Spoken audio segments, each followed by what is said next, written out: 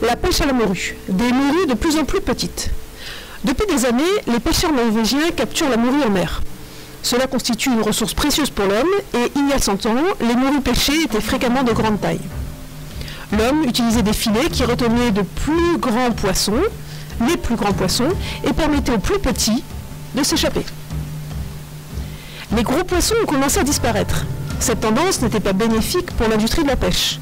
La pêche a été arrêtée, mais la tendance ne s'est pas inversée. Comment expliquer que la taille des morues diminue sans cesse? Nous allons comprendre ce qui se passe à travers un jeu. La durée de ce jeu est de 30 minutes.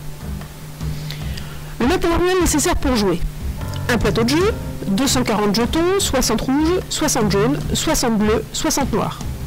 Un sac appelé patrimoine génétique, une boîte nommée réserve et une boîte nommée destruction. Une feuille de résultat.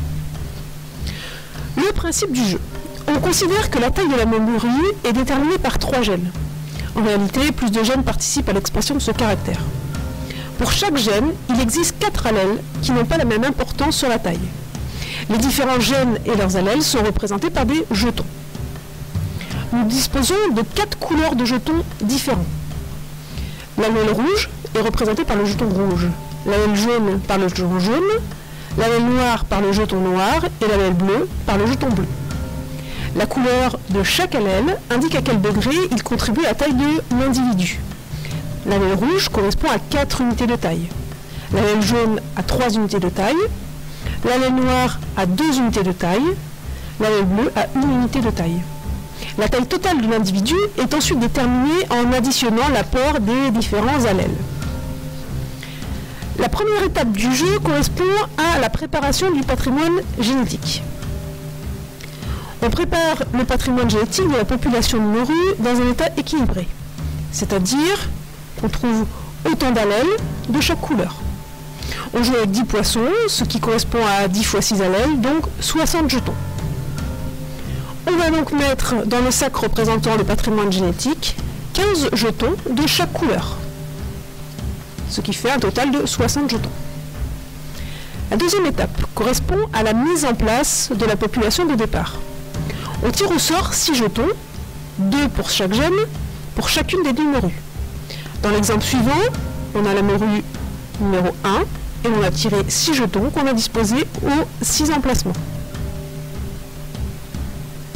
Si on tire 6 jetons bleus, on aura un poisson qui aura une taille de 6 unités, puisque un jeton bleu correspond à 1 unité de taille.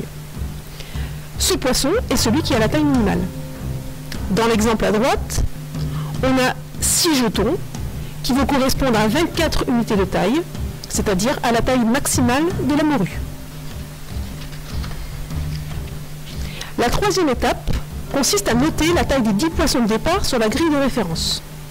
Vous avez un tableau, la deuxième colonne correspond à la première génération. Pour chaque poisson, il faut indiquer la taille du poisson. Dans le tableau du bas, on réalise le total, c'est-à-dire le total de la taille des 10 poissons, puis on calcule la moyenne. La quatrième étape. Un navire de pêche attrape 5 des plus grands individus. Ces individus meurent donc avant de se reproduire. On va donc enlever les allèles de cet individu et les mettre dans la boîte destruction. Si plusieurs individus ont la même taille, on décide au hasard lesquels sont retirés et lesquels restent. Les individus restants peuvent maintenant se reproduire. Leurs jetons sont remis dans le sachet représentant le patrimoine génétique. Pour chaque jeton, on rajoute un jeton de la même couleur. Et ces jetons sont pris dans le réservoir de départ. Dans l'exemple suivant, on a 6 jetons de couleur. On a donc doublé le nombre de jetons. Ainsi, à la fin, on aura donc 60 jetons. La cinquième étape. On recommence le deuxième cycle qui correspond à la deuxième génération. Il faut compter le nombre de jetons de chaque couleur et l'inscrire sur la feuille de résultat, la zone qui est entourée sur le tableau en rouge. On tire à nouveau au hasard les allèles pour les 10 morues et le jeu se poursuit selon les mêmes étapes que précédemment.